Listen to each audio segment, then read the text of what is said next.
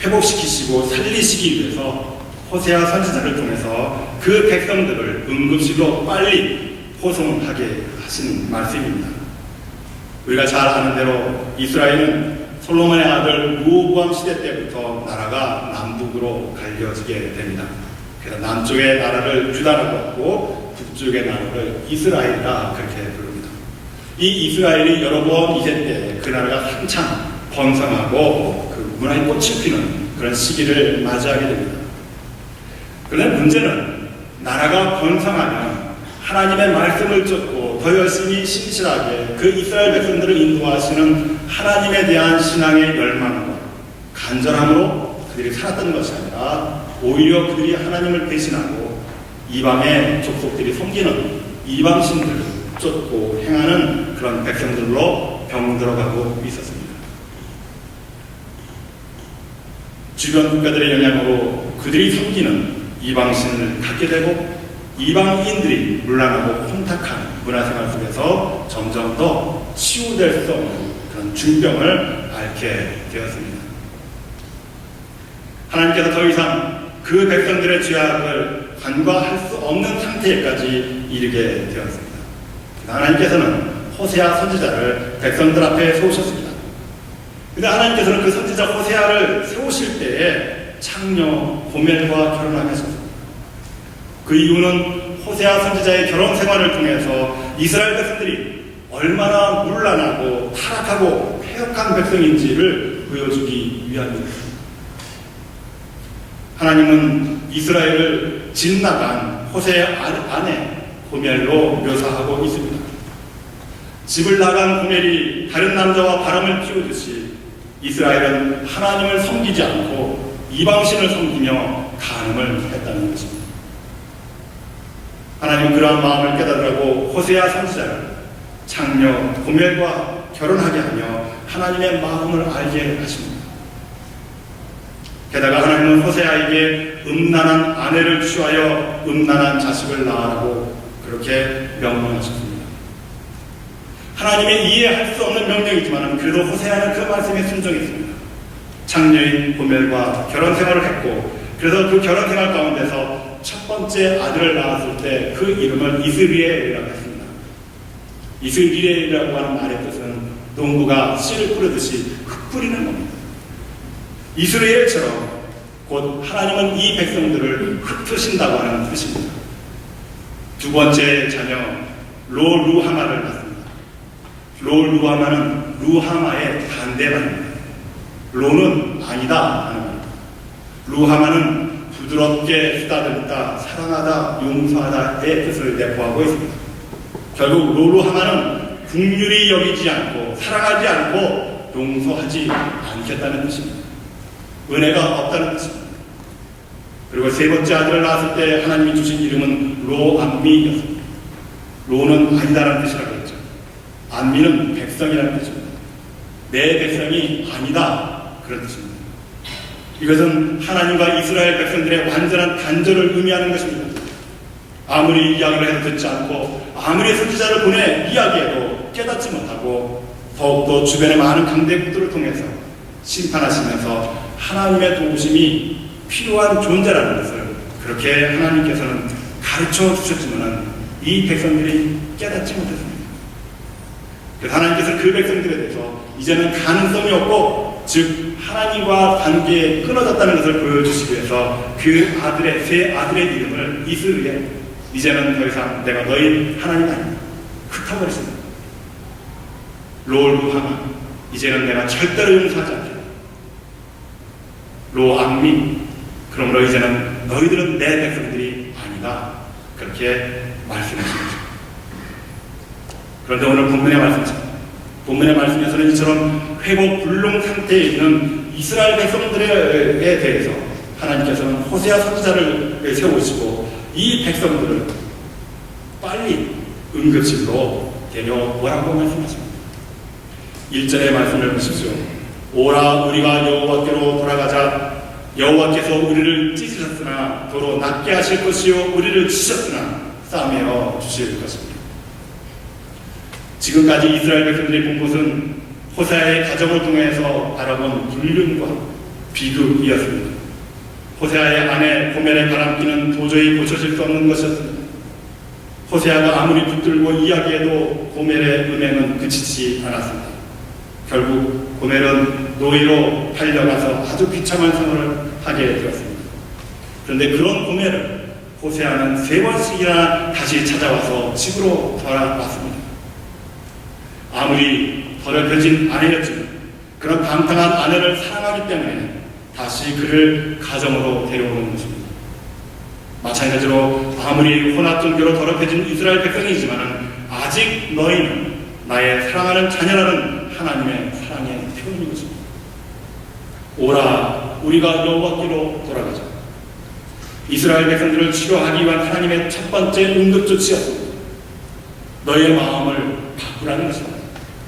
우리가 다른 데로 가면 이 정도는 못 살겠나 하는 이 이스라엘 백성들의 교만함, 애굽의 노예로 살 수밖에 없었던 그 백성들을 구원하여 주셔서 하나님께서 가나안 땅에 정착하게 하시고 그 나라를 복을 더하여 주시고 그들을 번성케 하셨지만 그러나 그 백성들은 그 모든 과정들이 자기들이 잘나서 유대 민족이기 때문에 그러한 자기 잘난 맛에 살아가는 그런 백성들로 전락해 버리고 말았습니다. 너무나도 똑똑하고 잘났는데 하나님이 무슨 소용이 있겠는가. 오히려 이방의 눈을 들어보니까 저들이 지배하는 신들은 하나님 보시기에도 더 화려하고 웅장하게 보였던 것이죠. 그래서 그들은 이 이방 신들의 마음을 빼앗기고 이제까지 자기들을 인도하셨던 하나님을 잃어버리게 되었던 것입니다. 더군다나 이방 국가들의 강대함을 바라보면서 그들과 친해지게 원했습니다.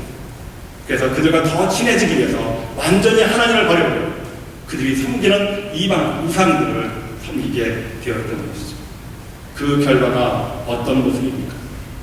이방 국가들이 이스라엘을 그래서 용납해주고 화친을 맺고 그 백성들을 편안하게 내버려 두었습니다.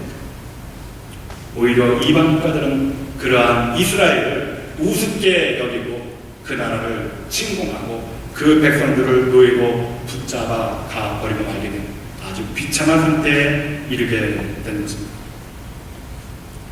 예전에 한국의 대기업에서 중요까지 지내셨던 분을 알게 되었습니다. 그분이 젊은 시절 자기 청춘을 회사에 못 바쳐서 일을 했답니다. 그런데 어느 날 가만히 생각해보니까 회사가 이렇게 크게 발전하고 성장하는 것이 꼭 자기 힘으로 이룬 것 같이 그렇게 여겨졌습니다. 자기가 하고 있는 이 분야가 이 사업에서는 유망업종이고 장래성도 있고 그래서 욕심이 나서 회사를 그만두고 자기 개인 회사를 차리게 되었답니다. 회사를 그만두기 전에 사전에 하청업자들에게 자기가 회사를 따로 만들 텐데 좀 도와달라고 도움을 요청했답니다. 거래처에서는 그러겠습니다 하고 다 긍정적인 반응까지 보였습니다. 그런데 자기 이름으로 회사를 차리게 되었을 때 그렇게 긍정적으로 도와주겠다던 거래처에서 아무런 반응이 없다는 겁니다. 거래처들을 만들지 못하다 보니까 패기만만하게 창업했던 그 회사는 어려움에 빠지게 되고 결국은 망하게 되었답니다. 한국에서는 더 이상 얼굴을 들고 살 수 없어서 이민을 작정하고 오게 되었다는 것입니다. 이분이 능력이 있고 경험도 풍부했음에도 불구하고 자기 사업에 실패한 이유가 무엇입니까? 착각 때문입니다. 자기의 거래처는 자기를 보고 거래하는 것이 아닙니다. 대기업이라고 하는 그 회사를 보고 거래하는 것이지 대기업이라고 하는 이름 때문에 자기 밑에 하청 중소기업자들이 자기 말이라면 벌벌 떤 것이었죠. 그런데 이제 시작하는 기업이 되다 보니까 그 사람들이 그를 우습게 보게 된 것입니다. 줄을 서게 되면 이 대기업 앞에 자기들이 먼저지.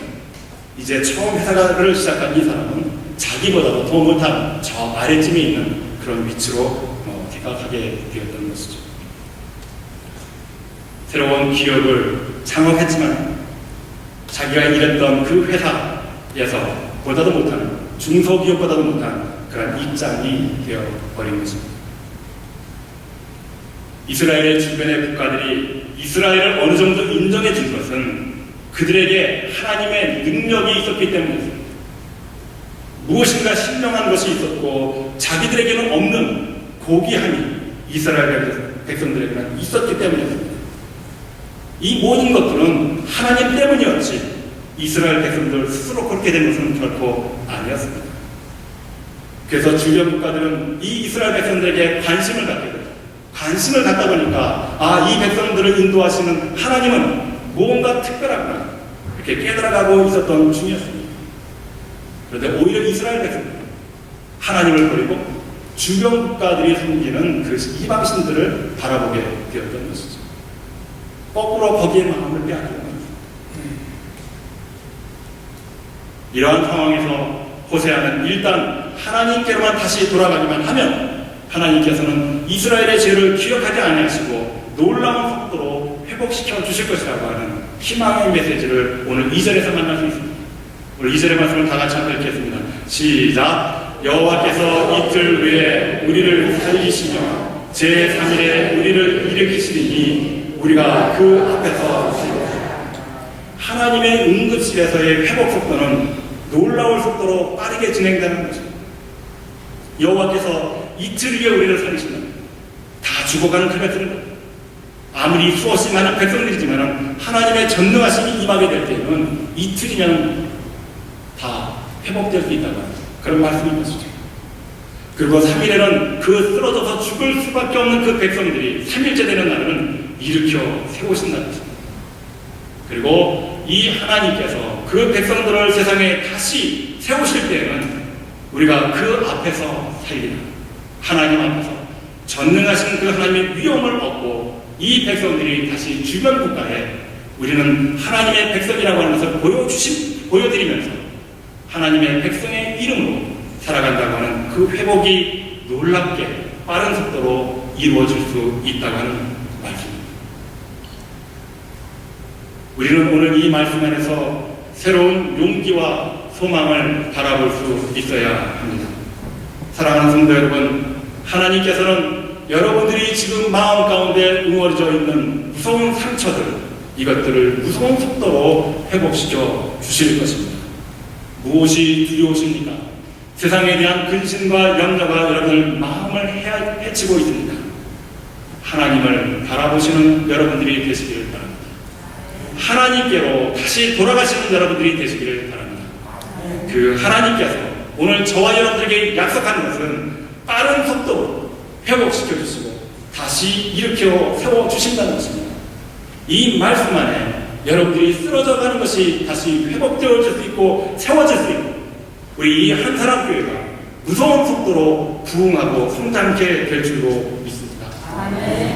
이런 회복의 능력을 경험하기 위해서 하나님께서 우리에게 요구하는 것이 있습니다. 그것이 무엇입니까? 이제는 완전하게 하나님의 뜻에 복종하라는 것입니다. 하나님 앞에 완전히 자신을 맡기기만 하면 하나님께서는 모든 것을 다 맡아서 역사하신다고 말씀하고 있습니다. 하나님께서는 우리를 치유하심으로 회복케 하심으로 우리는 이제 이렇게 고백합니다. 우리가 그 앞에서 살기를. 여러분들이 하나님 앞에서 사는 그 모습이 어떤 모습일까?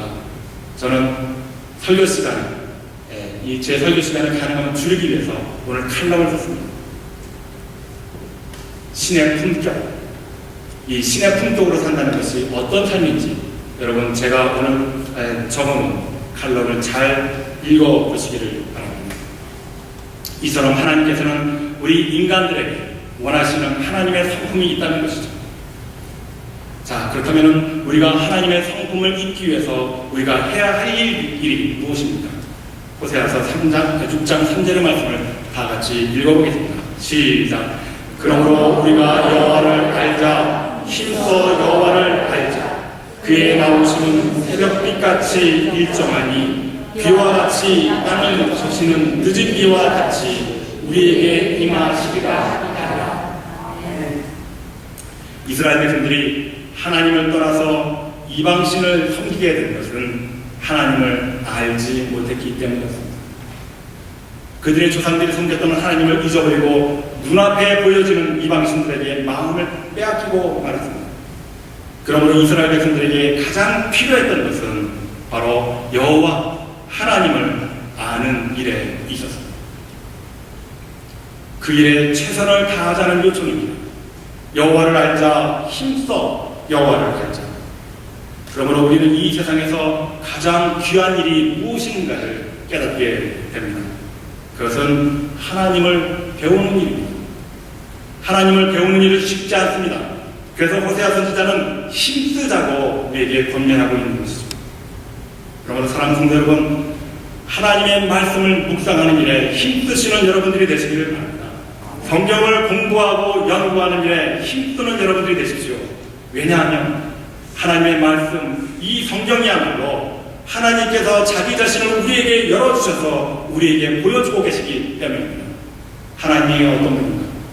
알 수 없었던 그 하나님의 신비로운 능력, 그 하나님의 고귀하신 사랑, 오늘도 저와 여러분들에게 한없는 사랑과 은혜 가운데 역사하시는 그 하나님의 은총을 우리는 말씀 안에서 만날 수 있고, 이 말씀을 만날 때에 우리의 상처가 무서운 속도로 회복될 뿐만 아니라 우리는 다시 한번 하나님 앞에 설 수 있는 거룩한 백성이 될 수 있다는 것입니다.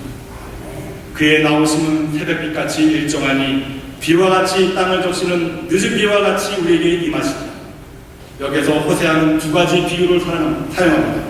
우선 하나님은 새벽빛같이 일정하시다. 그렇게 우리에게 일러주고 있습니다. 무슨 뜻입니까? 밤이 깊어지면 다시는 새벽이 올 것 같지 않습니다. 영원히 밤만 계속될 것 같습니다. 고난 가운데 있는 사람들은 한번 고난에 빠지게 되면 이 고난이 언제 끝날까? 지긋지긋한 그런 삶 속에서 다시는 내 삶 속에 희망과 용기가 날 것 같지 않는 그런 긴 밤을 지나게 됩니다. 그러나 아침은 너무나도 일정하게 다시 찾아온다는 것입니다. 그처럼 하나님께서는 진심으로 하나님의 은혜와 사랑을 구하는 자에게 신실하게 일정하게 다시 나타나시는 하나님이시는 거죠. 여러분에게 고난이 있습니까?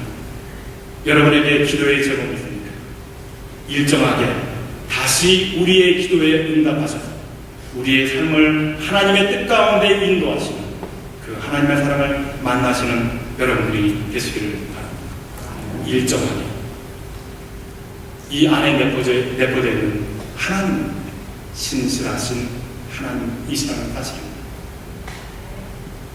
그러므로 진심으로 하나님의 얼굴을 구할 때 하나님은 반드시 나타나셔서 우리에게 응답하실 것입니다. 우리가 지금 드리는 기도는 절대로 헛되지 않을 것입니다. 하나님께서 우리에게 기도할 마음을 주실 때는 반드시 우리에게 주실 축복이 예비되어 있기 때문입니다. 그러므로 기도를 포기하지 마십시오. 기도를 소홀히 여기는 마음을 물리치시기를 바랍니다. 제가 여러분에게 간절히 바라는 바람이 있다면 여러분 새벽기도 열심히 하십시오.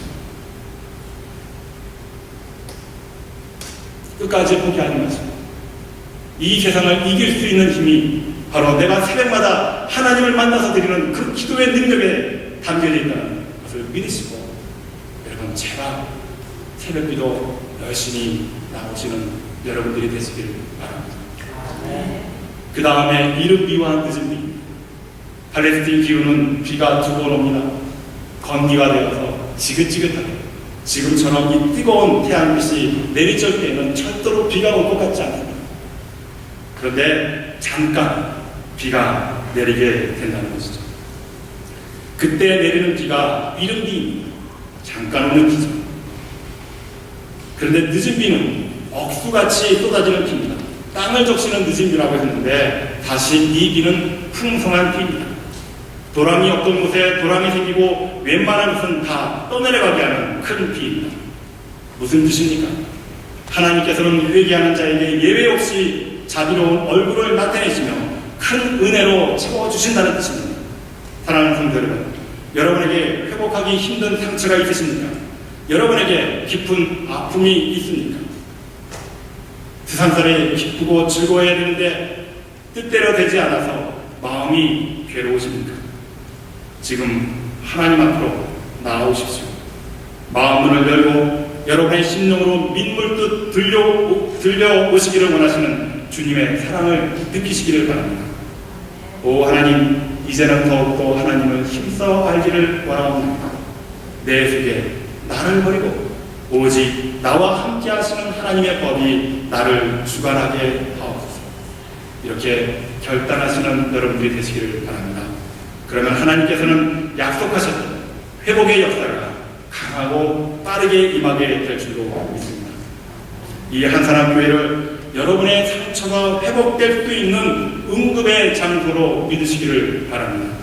여기 이곳은 하나님 아버지께서 만세전부터 택하여 주셔서 저와 여러분들을 치료하시고 회복시켜 주시겠다고 말씀하신 약속의 장소이기 때문입니다.